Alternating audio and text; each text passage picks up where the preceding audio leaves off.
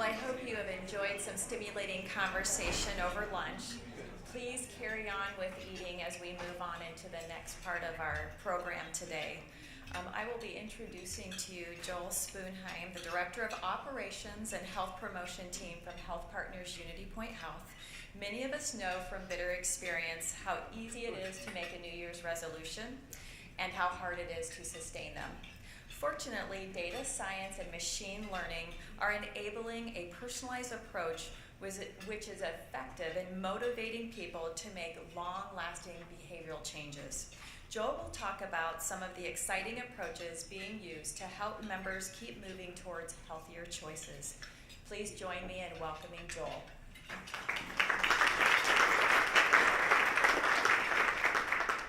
Good afternoon, everybody.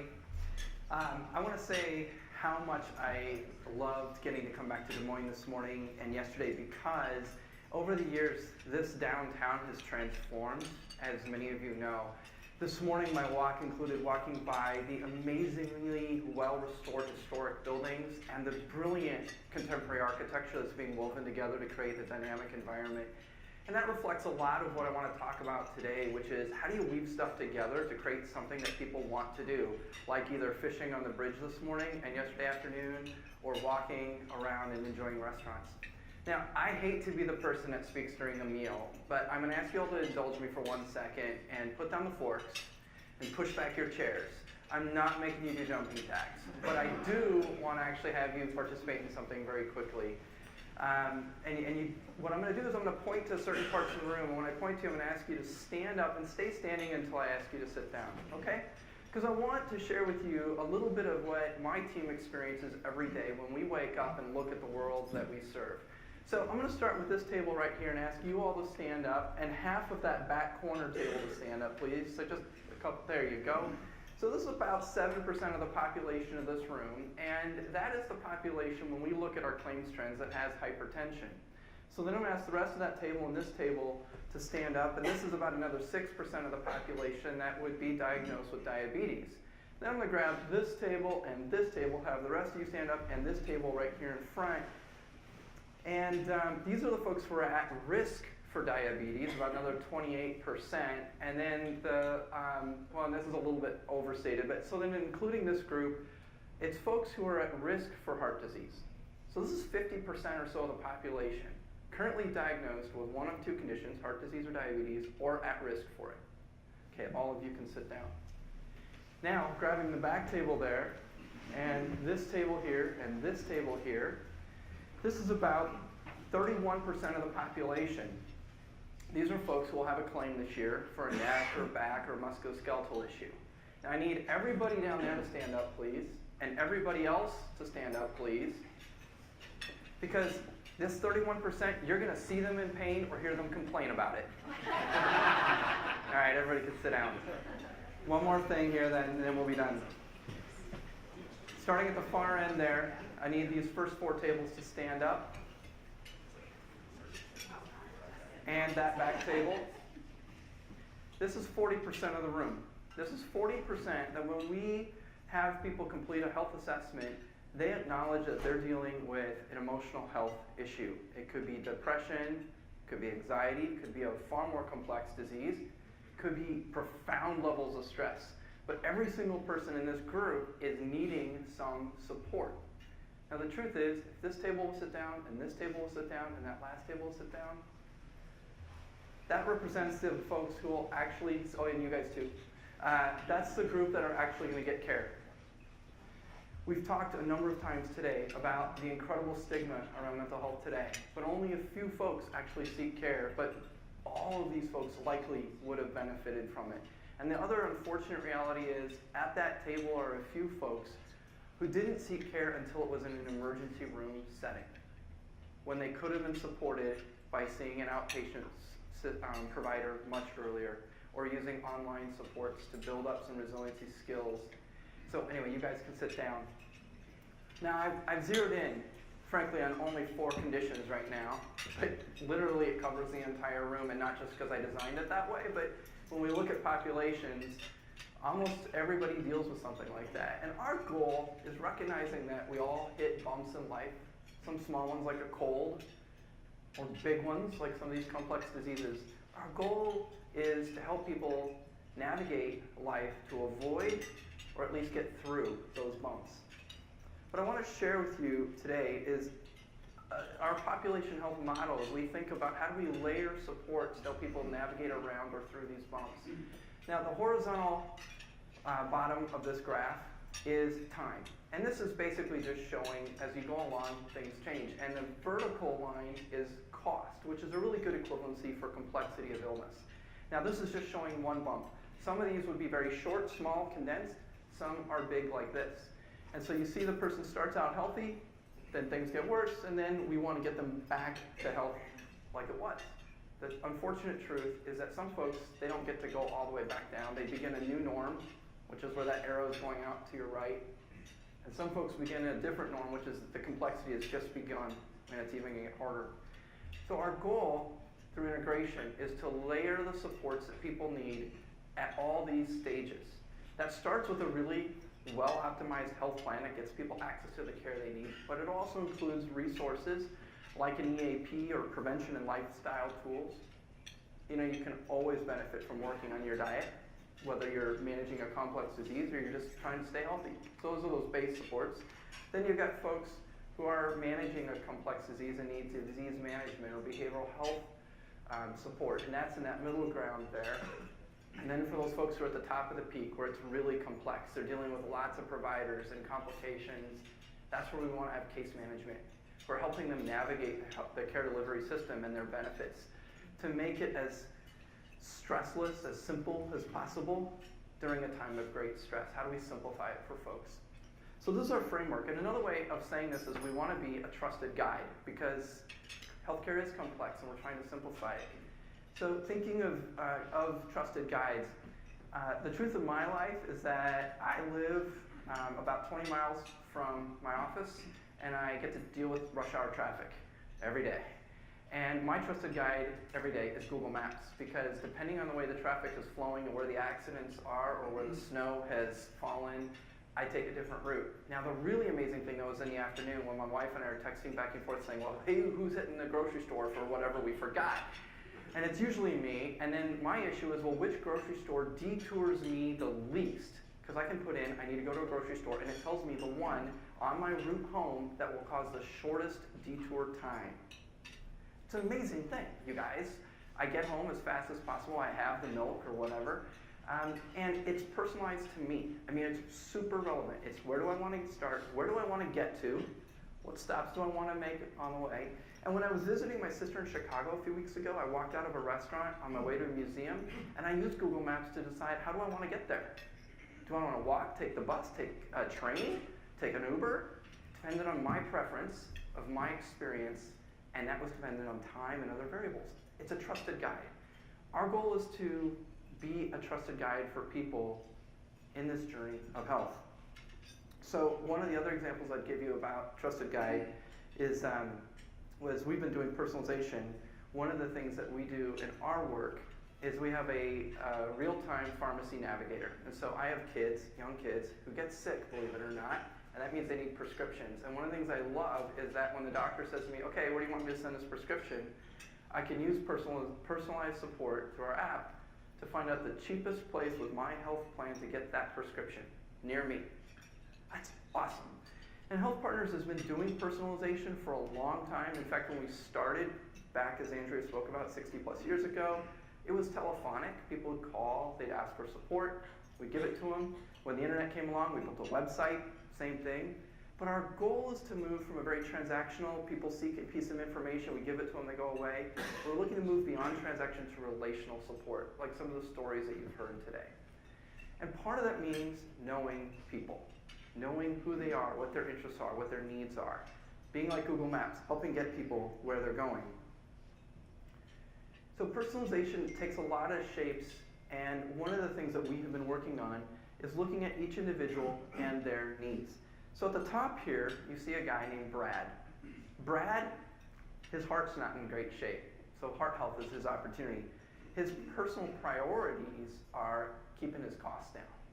And what we know about it is he likes to talk by phone.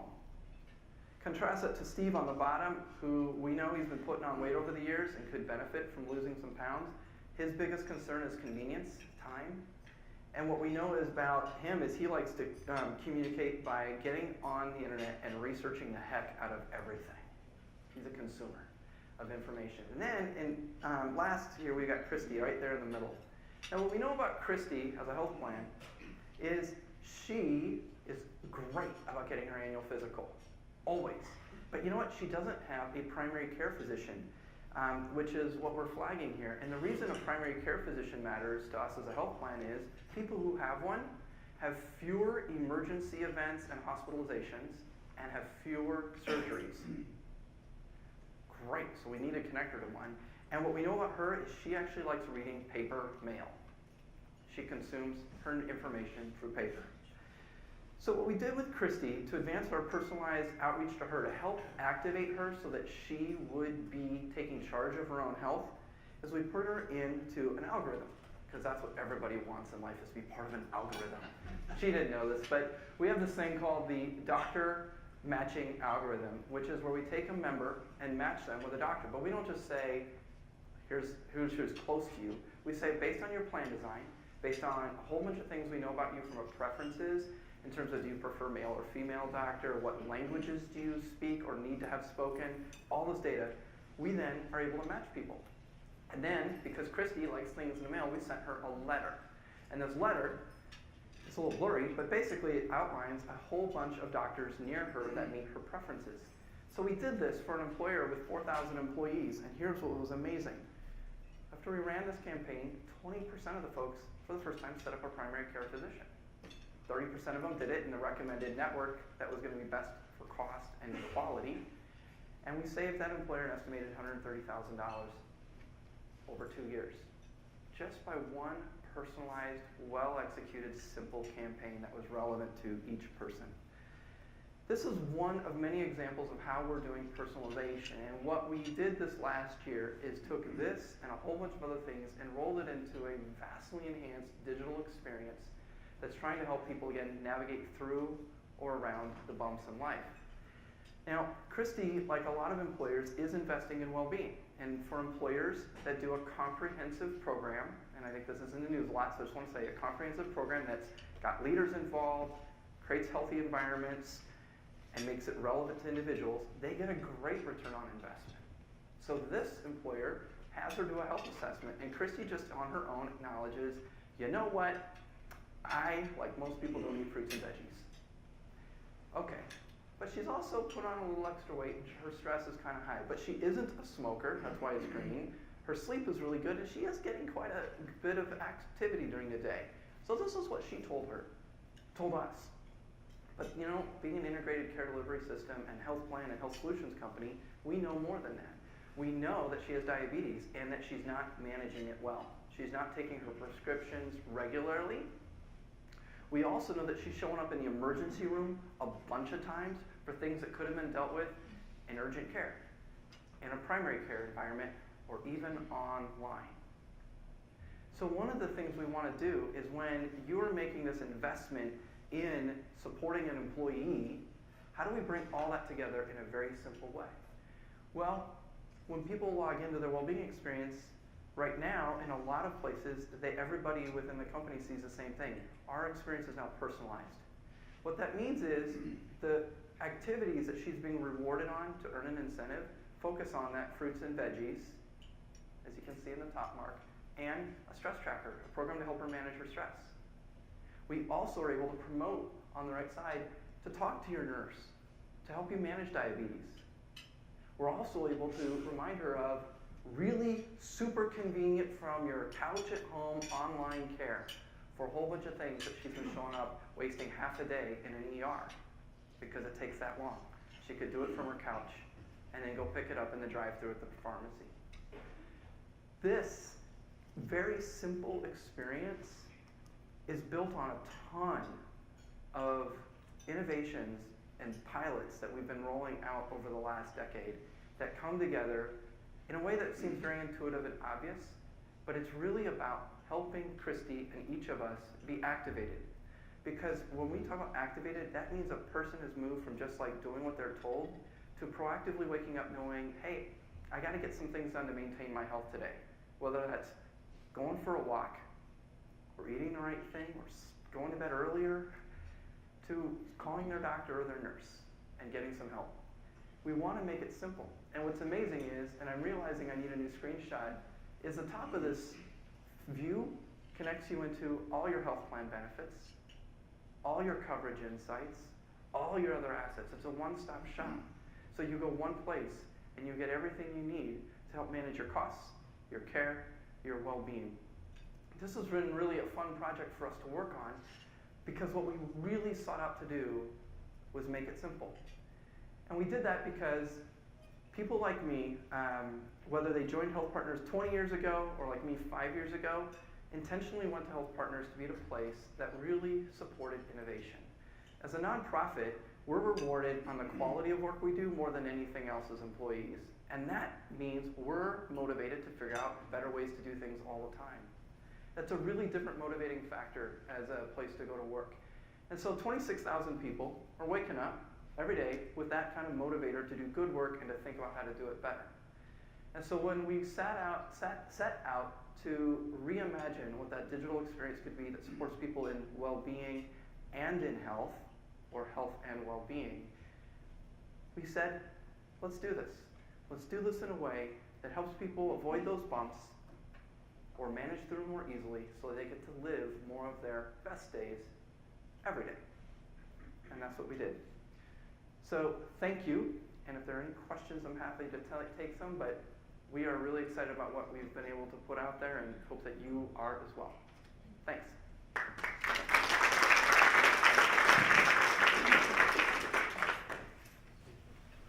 Questions?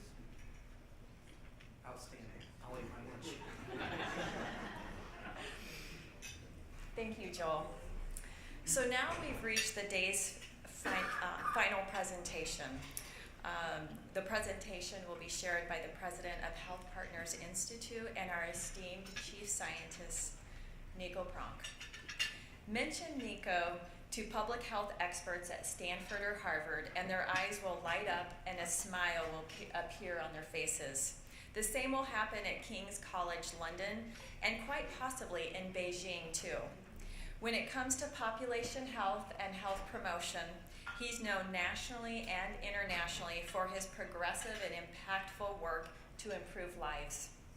Currently, Nico serves as co-chair of the U.S. Secretary of Health and Human Services Advisory Committee on National Health Promotion and Disease Prevention Objectives for 2030, also known as Healthy People 2030, and is a member of the Community Prevention Services Task Force. He was the founding and past president of the International Association for Worksite Health Promotion and has served on many, many boards and committees at the National Academies of Science, Engineering, Medicine, and the American Heart Association, the Health Enhancement Research Organization, among others. That was a mouthful. Please join me in welcoming Nico Brach.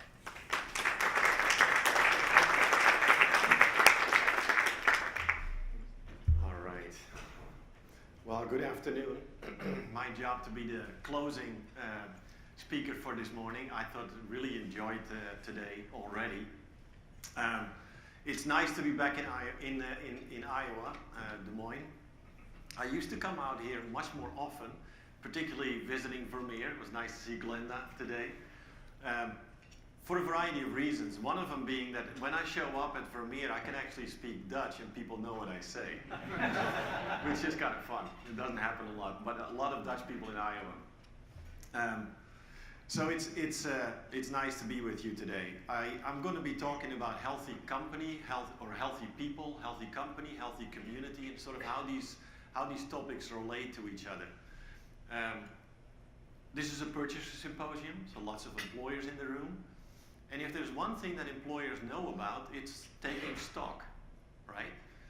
As an organization, as a company, you periodically sort of stop and sort of reflect on what's going on in your organization by taking stock. So that you know how much of this product do we have left? and what do we look like as we go forward. So besides the stock, it's also important to know how fast are we getting rid of the stock, right? What's the sales process look like? And if we get rid of the stock, then how much of the raw materials do we need to get in to make sure that we can replace it? So it's the stock and the flow that are important to your organization. Well, it turns out that idea of stock and flow is pretty important across many systems and organizations and institutions and processes that we all do. It doesn't matter if you're an employer or not. Stocks and flows explain quite a bit of our reality. So when you think about well-being, in a sense it's the same thing. You kind of need to stop for a second when you think about, how am I doing in my life right now? How are things going with me? You need to stop, you need to take stock, reflect on things, and you need to put it in a context about how does that stock flow in, flow out, right? So well-being, and if we ask people how well are you, it's much about reflection. And that reflection is stopping and taking stock how things are. So I have this friend, Don Cool. Don is an interesting guy. He's in his mid-70s now. Ran a great company called the Change Companies for a long time. And when he talks about it, he says, yeah, I lucked out because he failed many times, but he had one success, and that was the one that he wrote his rails on. And he talks about it in a very funny way. And so when he retired eventually, he's now in his mid-70s, he started writing this blog. And it's about aging, and it's about reflecting, and it's about well-being. And so it's a really fun read. And so he's talking to his daughter one day, and his daughter turns out she's a psychologist. So they're talking, and all of a sudden they're talking about this blog, and she asks him, well, Dad, do you think that you're getting smarter as you age? Are you getting wiser as you get older? And he's like immediately thinking, oh, well, here we go. It's a psychologist, right? So got to be careful here. So, but he says, I know the answer. He says, well, what do you think? And of course, she stops and she looks at him with that sort of that nodding, knowing look that they teach in psychology school. And so and he doesn't have any patience, so he just jumps in and he goes for the Holy Grail. He says, you know what? Yes, I am getting smarter every day. And she's laughing. It's kind of like, yeah, that's what really counts. It's what you think that really matters. Reflecting on this idea that it doesn't matter what anybody else says. If you think you're doing well, that's what it's all about.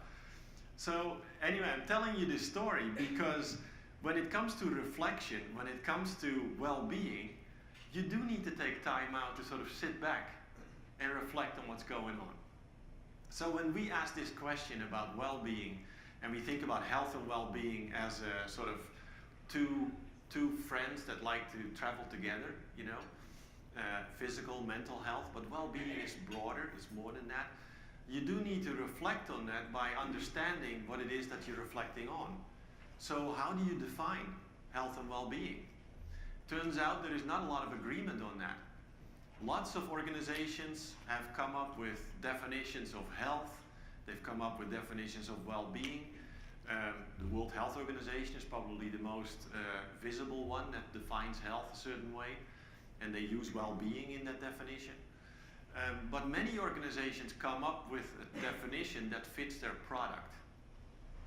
And as a result, it's very difficult to get agreement on a definition. So when we did our work for the Healthy People 2030, we ran into this problem. Because basically what we were saying as an advisory group to the secretary, we want health and well-being to be a main driver for the country, for the nation as a whole. And then we put it out for public comment. People were reading that and they came back and asked us, well, yeah, sounds great, but what do you mean by well-being? There's different ways that people think about well-being, and unless you sort of say, well, this is what we're talking about, it's very difficult to sort of step back and reflect and put that back into what you see as your situation in the world. So we ended up defining it as how people think, feel, and function at both a personal and social level, and how they evaluate their lives as a whole. Now, you look at the definition, there's a lot in there. It's how you think, feel, and function. It basically gives people an opportunity to think about the meaning and purpose of their lives. But it's also at this multi-level. It's not just about me. It's also about my surroundings and my social life. So at the social level, what does my community look like? How is my family doing? How's my company doing? How is, all of these influences and factors that sort of come together, how is all that connecting into, at the end of the day, what we view as what's going on in the world around us? And so this became a great opportunity for us to sort of, as an advisory committee, to put a framework together that makes sense as we go forward, particularly in today's world, what may 2030 look like. And it has a lot to do with the work site. So how you think, feel, and function, shows up at the workplace as productivity. It's about performance. If I think if my thinking is in a good place, if I feel pretty good, and I'm a member of the coaching team, I'm going to do better with my client on the other end of that phone call. If I'm in member services, I'm going to be able to perform better because my connection to that person, I'm paying attention. If I don't feel good, it's less likely that I'm going to be at that higher level of performance. It's a productivity indicator. All of that stuff comes together. And if I'm in that good place, but my company has a crappy environment to work in, that social level, I'm not going to do very well either. So it's all this stuff intertwined together that sort of comes together in well-being, and it's directly related to workplace performance, and that shows up as productivity in your outputs. So today, what I'd like to talk about a little bit is, if you think about it that way, how can we build then an ecosystem, if you will, for health and well-being that brings together this idea of community, where business plays an important role, but work is at the center of it all. And when you put those pieces together, health and well-being is actually connecting a lot of those dots. So we're going to talk a little bit about the why, what, and how. Is this a new idea? Why would you connect people with business? Not really. Turns out Adam Smith in 1776 basically already said that there is this unique role that business plays in society, in that it can actually create wealth, but it can also improve the prosperity of people. So that sort of connects the idea that business as part of a community plays an incredibly important role to get to a thriving community. What that shows up, how does that show up to these days in our situations? Well, you just think about the things you read in the newspaper about, let's say, a new BMW factory being built in Tennessee. Why did they pick Tennessee? Why did they pick that town in Tennessee versus somewhere else? It has everything to do with the potential that they see in gaining access to a workforce that gets them in the future where they want to head.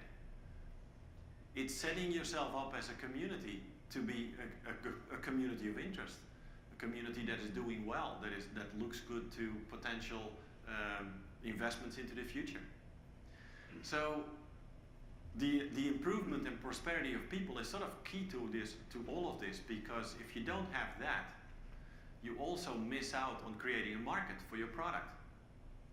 If your product is not, people can't afford it or can gain access to it, that's a problem for business too. So in this macroeconomic kind of sense, this makes a lot of sense to think through.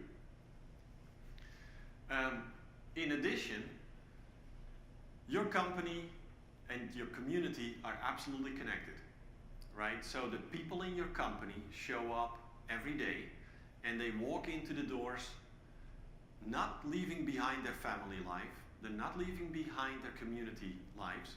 It's not like they're going to put that in a little backpack, leave the backpack at the door, and then spend 8 hours working only. How many times throughout the day, do you need to take a couple of minutes to touch base with the school that your kid goes to because you got that call that you didn't want to hear about? How many times during the day during the week do these things show up? And that's just one little example, but it just shows you how work and life are interchangeable and there's an interplay throughout the course of the day. At the same time, if you have a healthy workforce, it's more likely that those folks are showing up at work, so less absenteeism. When they do show up at work, they don't look out of the window aimlessly 9 times out of 10. They are actually paying attention to what's going on. So this presenteeism is going down.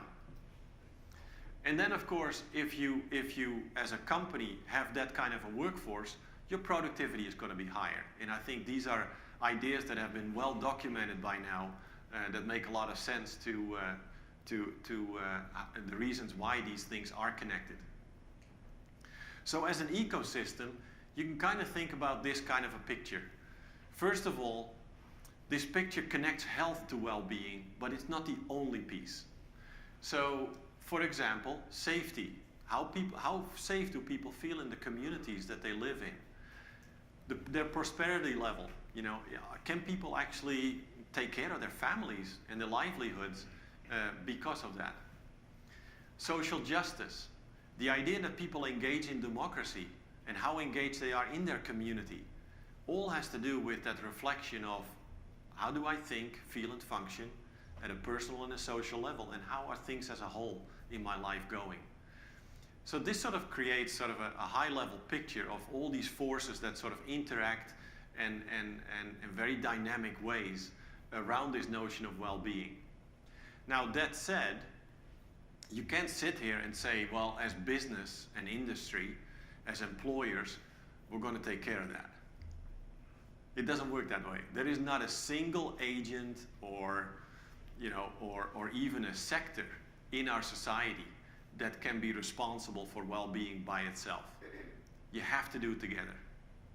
So this ecosystem is very dynamic. It's lots of give and take by many different stakeholders.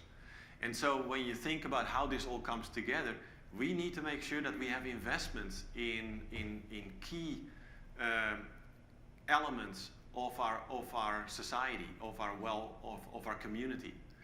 And these may include transportation, having good roads, making sure that bridges don't fall down. As we know, these things have happened. But also, when you invest in those things, you need to balance them against, well, what if that flood hits? I need emergency and urgent care services that are available. What if these natural disasters are happening? We need to make sure that we have money set aside for that. And then you need to have the political will to make sure that it's a dynamic balance, right? So those are the kinds of things that sort of are at play in the background that make it sometimes difficult to really get to a high level of well-being as a community or as a society. But an ecosystem like this is kind of what we're talking about. And this is where the business sector comes in. So even though you can't say business is going to be the agent that is going to take care of all of this, business certainly has an impact on this. In fact, every business, doesn't matter what you do or what your product is, you will have an impact on health. Every business has an impact on health. Every business has an influence there.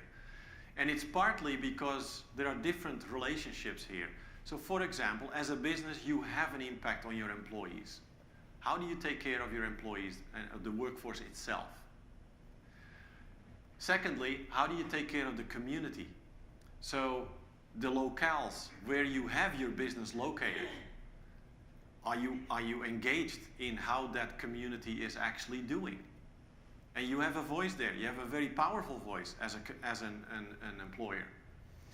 What about the consumer side? The products that you create affect the health of the consumer that uses it or that buys it. And I think you don't have to think very far about impacts like that. You can think of the tobacco industry that has a product that is not so good for health. And then, for example, the environment. You know, what's the footprint that you leave behind? How does business take care of the planet as a whole? So you bring those 4 pillars together, and we now know that the companies that do this well actually have lower costs to create the products that they create. They have higher levels of revenues and profits. And in general, people are starting to like them. They want to work for them. There is sort of this fresh demand among particularly younger generations that basically say, hey, you know, I'm looking for a job, but you're not interviewing me. I'm interviewing you. You know, let's see if I want to work here, and let me, you know, tell me what you're doing for the community. Tell me what you're doing for making sure that we don't have this big carbon footprint that we leave behind if we do our business. And so even within HealthPartners, over the course of the last decade or so, when we really started getting serious about the climate change issues and the green movement, we've had year over year major savings by making just small changes every now and then in the way that we do our business, and they add up to big savings as well as having an impact on the environment. So it's an important slide in the sense that there is a real reason to do this, not because a business needs to be a powerful ally or partner in a community and make sure that they support the community by, let's say, philanthropy. No, do it as a business strategy. It's going to give you good stuff. There's good stuff coming back. And I'll show you here's another reason why. So this was a project. We did a couple of projects with an organization called the Vitality Institute, which is owned by a company out of South Africa, Discovery Health. And Discovery Health turns out to be, it's the major insurer in South Africa, and their whole business model is based on health and well-being. Because health and well-being are a good strategy for an insurance company to manage financial risk. Healthier people have lower risk than sick people. And so their entire strategy is based on this. They are now a global company. But when we asked some questions about, well, how do these interactions, you know, sort of play out when you think about business and industry and health risk factors around the country? So this was an analysis that basically said, well, is there a relationship between the type of sector that shows up in counties around the country and the type of health risks that are there? And it turns out there are significant relationships. So in this case, here's the example of manufacturing. Turns out manufacturing sectors, companies in that sector, are associated with increased prevalence of obesity, smoking, diabetes, and cardiovascular related deaths. So that puts the manufacturing sector at a disadvantage, right? Because now they have to overcome these additional costs in the communities where they are located. As a business strategy, that's a problem. And if you start seeing it at the national level, at these kind of associations, you start seeing how much waste, in fact, there is because of ill health. And how much more, or how much waste can we take out of the manufacturing sector if you just focused in on healthier workforces? So that's sort of an interesting question. The next one here is a little bit different, but it basically makes the argument that an investment in a culture of health at the workplace makes a lot of sense for companies. So there are now a couple of studies that are confirming these results, but basically here's an approach where companies that have successfully invested in a culture of safety and health at their workplace, they are being recognized by the American College of Occupational Environmental Medicine with an award, you know, if they so choose. Well, turns out that award has been around for a while, and there's a bunch of companies that have received it. It's an audit, it's very in-depth, a lot of data that sits behind it, and then all of a sudden, okay, you get it. Well, that's very nice. And so after a while, there's an accumulating list of companies. And so this research project basically said, well, what if we take a look at all those companies combined and then model out an investment portfolio that is compared to companies like them that are publicly traded on the S&P 500. And as it turns out, over the course of about 10 years, 10, 12 years, the investment portfolio of these Achievement Award winners is outperforming the average S&P of these like companies as a comparison group by roughly 4.5% per year. That's a lot of money for a company, right? All of a sudden you see sort of the benefit of having that kind of a culture associated with an organization, and all of a sudden seeing that shareholder returns are actually optimized. But not just shareholder returns, it's also the prosperity of people.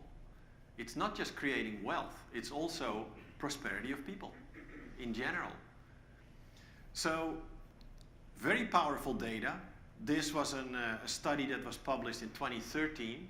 In the last 3 years, there are 5 more studies doing similar analyses, including one in South Africa using the South African Stock Exchange. And they all pretty much show the same results. It's between 4.5% to 5% and 15% per year.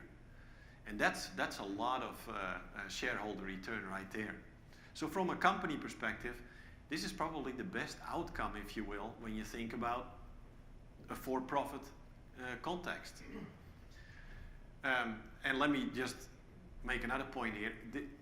For-profit is not a bad thing, right? So it's the company benefit that you're looking for, but making sure that the community benefit shows up as well. And not for the purposes of being a company that is nice, but for the purpose of a strategic business reason. It's good to invest in the broader community for organizations. And so then the question becomes, well, how do you get there? What do you need to do? So one way to do that is to start paying attention to these factors that are important. And there's lots of initiatives around the world that are trying to do this more and more intentionally. But one of them is to sort of link this to corporate responsibility, the corporate responsibility efforts and the environment, social, and governance kind of reporting. And so again, with the Vitality Institute, we ended up doing a project where we said, well, what if we take a look at how do companies actually report on health, and how is that information available to investors? So as an investor, you want to know, is this a good investment or a not so good investment? And if the investment looks really good, I may put some money in this company. But if you have no information on what to base that on, you're probably going to walk away. So these corporate social responsibility reports, the ESG reports, they all give you that kind of information. So we asked the question, well, how does health show up? Turns out, the Global Reporting Institute, which sets the standard for CSR reporting around the world, there's nothing about health in any of these reports. There is safety, there is some occupational safety in there, but no health.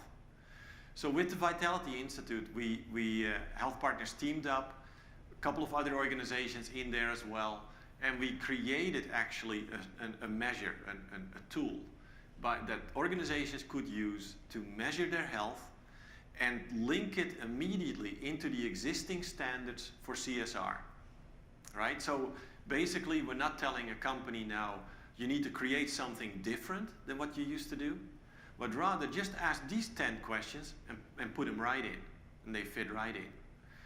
So we did this project. We presented it at the World Economic Forum in Davos, Switzerland. Was well received. The GRI is right there with the presentation, And the GRI takes it back. They opened up their standards and they went public. So they opened up for public comment, and today there's actually a health section inside the GRIs that is starting to be rolled out globally.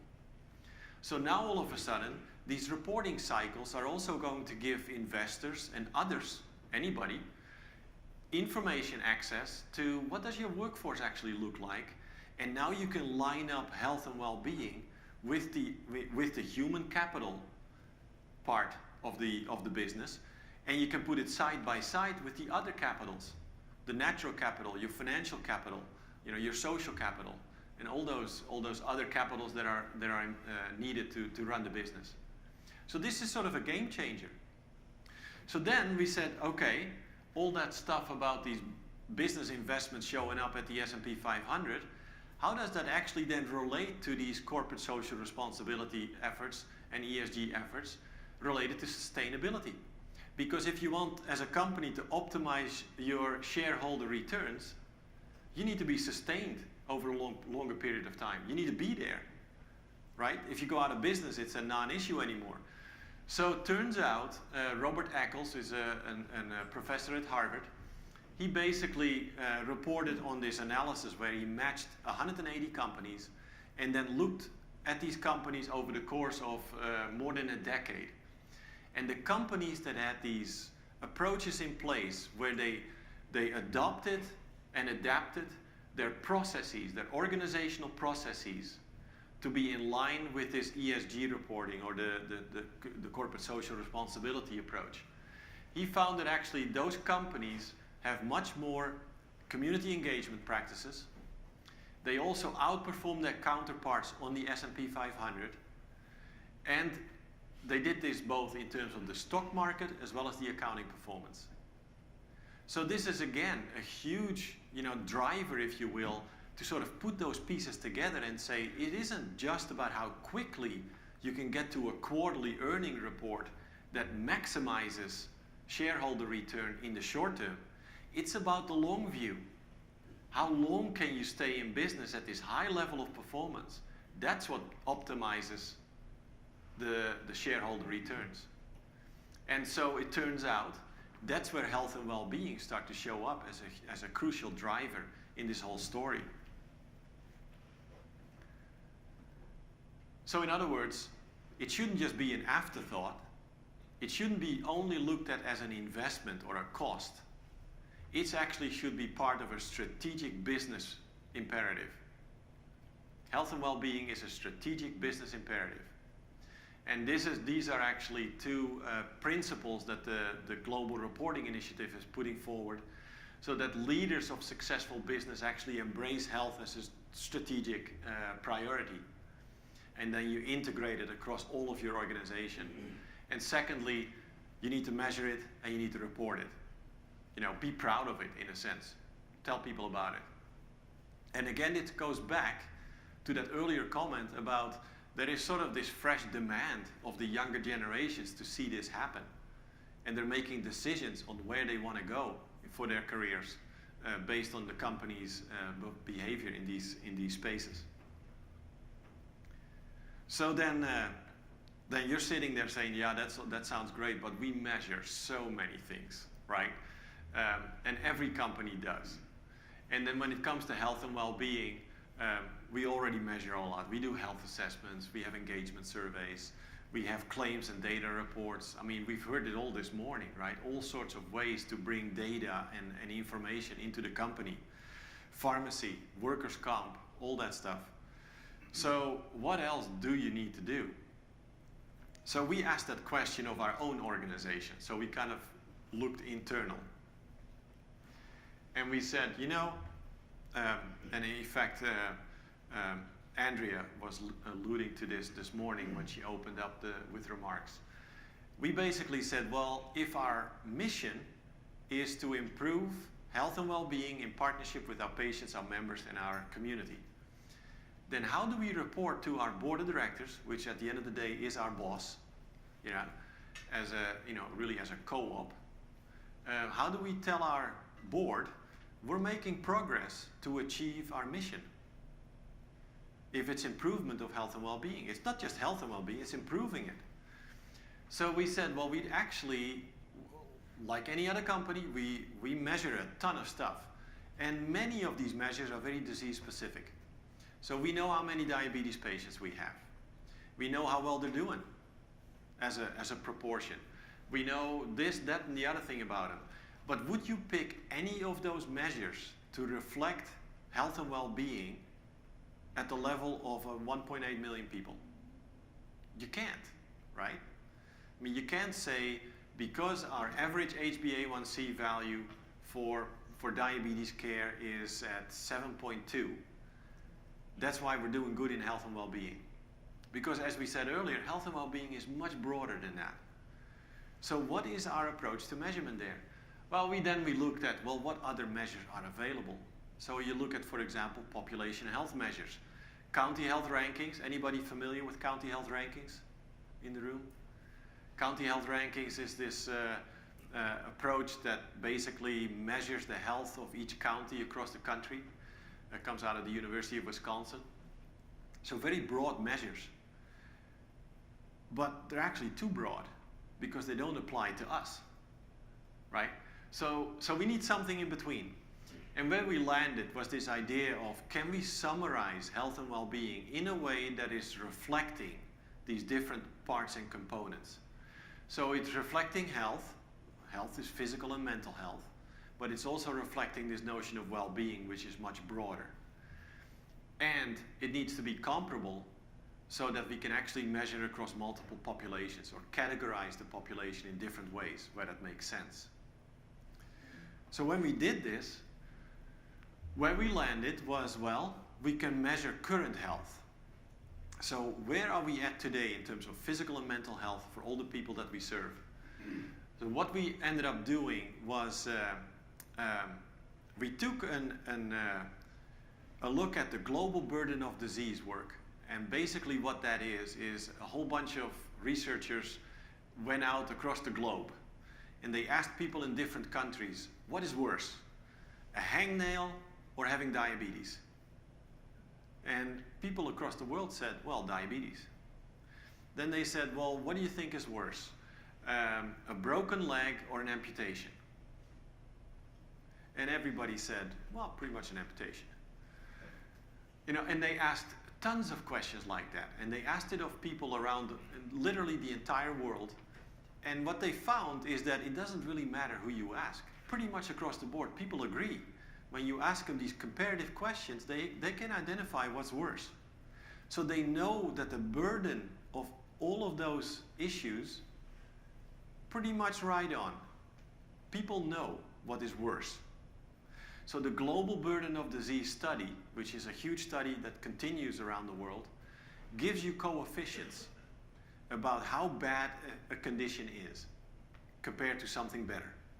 So we took those coefficients and then we ran them across the major diagnostic groupings that come out of our electronic medical record. So it took a little bit of work, but we created a crosswalk.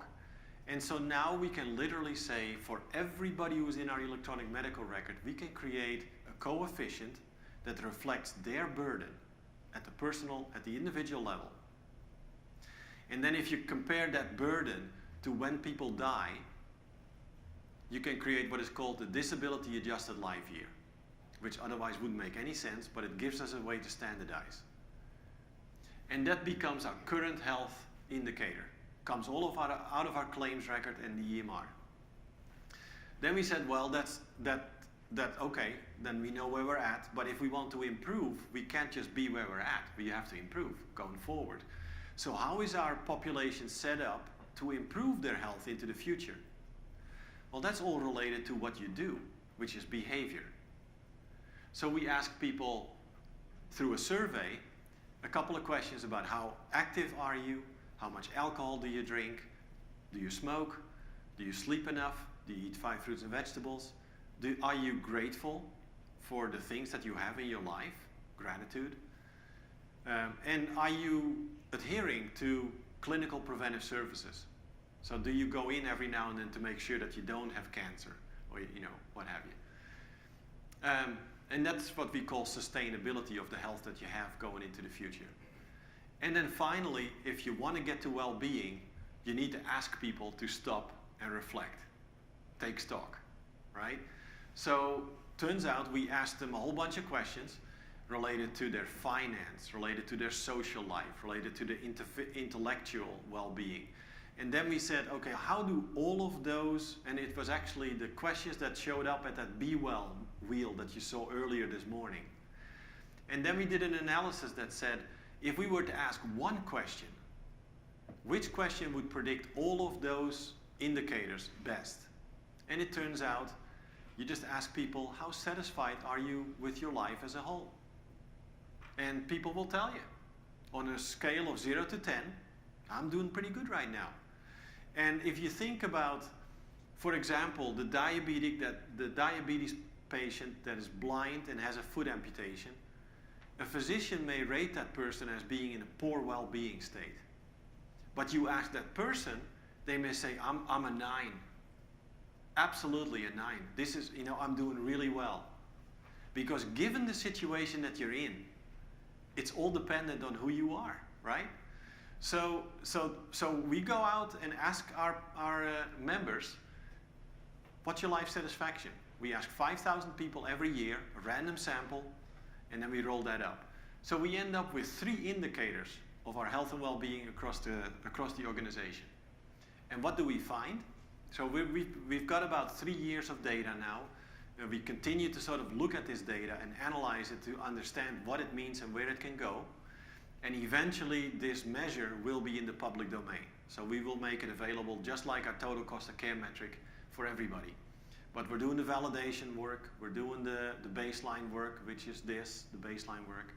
And what we're finding is that current health, we are at 69% of where we could be. So if you think about current health being perfect, be 100%, we're at 69%. So we're losing 31% of the potential. Future health, out of those 7 behaviors, we're at 4.4, which is 63%. And then well-being, people tell us 80%. They're in an 8 out of 10 across the board, which is pretty good actually. When you look across the world, we're doing good. So let me go back a second. So what's the improvement potential here? So then we said, wouldn't it be nice to know that if we told people, if you just improve your behaviors, what would that do to your burden? What would it do to your well-being? And it turns out we're at, on average, 4.4 behaviors out of 7 if everybody added 1 behavior that they're not engaged with now, right? So we go from 4.4 to 5.4. Then the total burden in our population would be reduced by 7%. So it'd be an enormous amount of savings that would show up in all sorts of medical issues, in all sorts of prevention areas, in all sorts of productivity and performance areas. So what is driving it? Turns out musculoskeletal, psychosocial, and neurologic conditions. So 44% of that total burden that exists comes from bone, joint, and muscle problems, which is not a surprise to any of you in the room because musculoskeletal is always in the top 3 for your company, right? Psychosocial, same thing. Anxiety, depression, it's always part of the top 3 in your employer reporting, right? It's most of what costs are going there. And then neurologic conditions like headaches and sleep problems and what have you.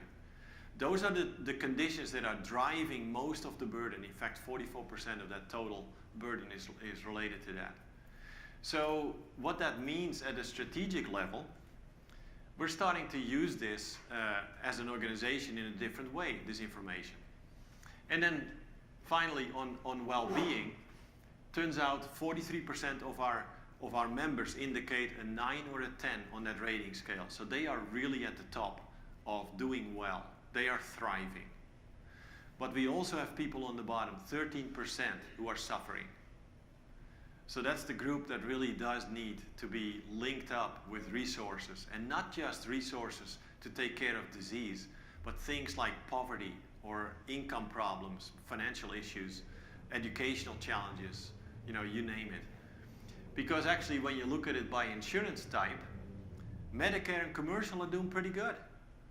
But the challenges really show up when you think about the Medicaid populations. So that allows us to sort of say, okay, as a performance standard for our organization, we need to pay attention to this. Because the Medicaid population as a whole is really challenging us. So as an organization, we're using this data now to be much more intentional about strategic approaches to driving new ways of addressing this, making sure that we have the right partners at the table. Some of the things that we can do as a health plan or a care delivery system or a dental system, we have control over. But many things that relate to this area we don't have control over. We need to partner with other stakeholders in the community. And what does that look like? How can we influence the policy agenda in a responsible and appropriate way and be part of that dialogue? As much as an employer in the places where we are, as a health system providing care for people. So the new challenge for leaders will be to figure out how health and business can actually come together in this space and really think about partnerships that at the end of the day will drive shared value across communities. So again, not coming at it from the perspective of short term, we're going to support the local United Way, which is important. But doing it intentionally as a business strategy where you can see benefit come back to your company, because that allows you to be sustainable. It allows you to do it long term, right? So, funny enough, I saw Sean's presentation just here right before. He actually had this quote, right? This idea of if you want to go, I'm messing it up. If You want to go fast, go alone. yeah, if you want to go fast, go alone. If you want to go far, go together. I've been working on that one. Which is an African proverb. Turns out Al Gore actually made it a little sharper, I think, which is, you know, yeah, we should go together because we want to go far, but we want to go there quickly, right? We want to go there quickly too, which is actually an Al Gore quote. And the idea is we can't continue to tell people as individuals, go fix it. You know, you need to lose weight. You need to be more resilient. You need to, you know, if the environment around people is poor, it's very difficult to be successful. So you need to work on the environment as much as anything else. It's a lot easier to roll a rock over the road that is nicely I'm messing this up now at the end. Smooth and level, as opposed to pushing it uphill. So the idea of environmental interventions that are barriers to success, whether it's physical environment, the social environment, the economic environment, but then also policy approaches that can do that. What kind of policies make sense that help people be successful, help organizations be successful, and move it forward in a productive way? So we need to do things together, and we need to do them all at the same time. So HealthPartners has taken this to heart. I think it would be a problem if we came up here and told you what needs to happen and not do it ourselves.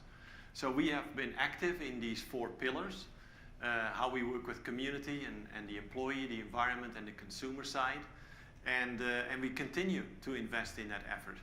So here are some examples that show up, but there is a lot more behind there. And there is a long-term commitment to do that. So from my perspective, some concluding thoughts. I'm not going to recap what I told you because you already heard it. But from my perspective, when you think about this idea of connecting the dots between health and well-being, between business and industry as a sector that shows up one employer at a time, and then the community as a whole, organized around health and well-being, but really also prosperity, which is a strong driver of health and well-being. then we have to work together to do that.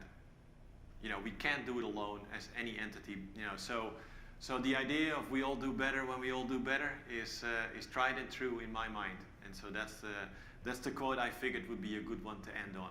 So thank you very much.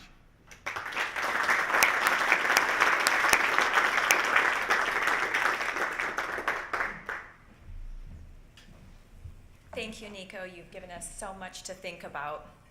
We hope that we've brought the theme coming together to life for you today. We strongly believe that when many stakeholders collaborate to build a culture where people flourish, businesses flourish too, with reduced costs, higher profits, and better reputations. That's our goal, to work with you, your team, and your clients to build strategies that help people, businesses, and our communities flourish. Thank you for joining us today.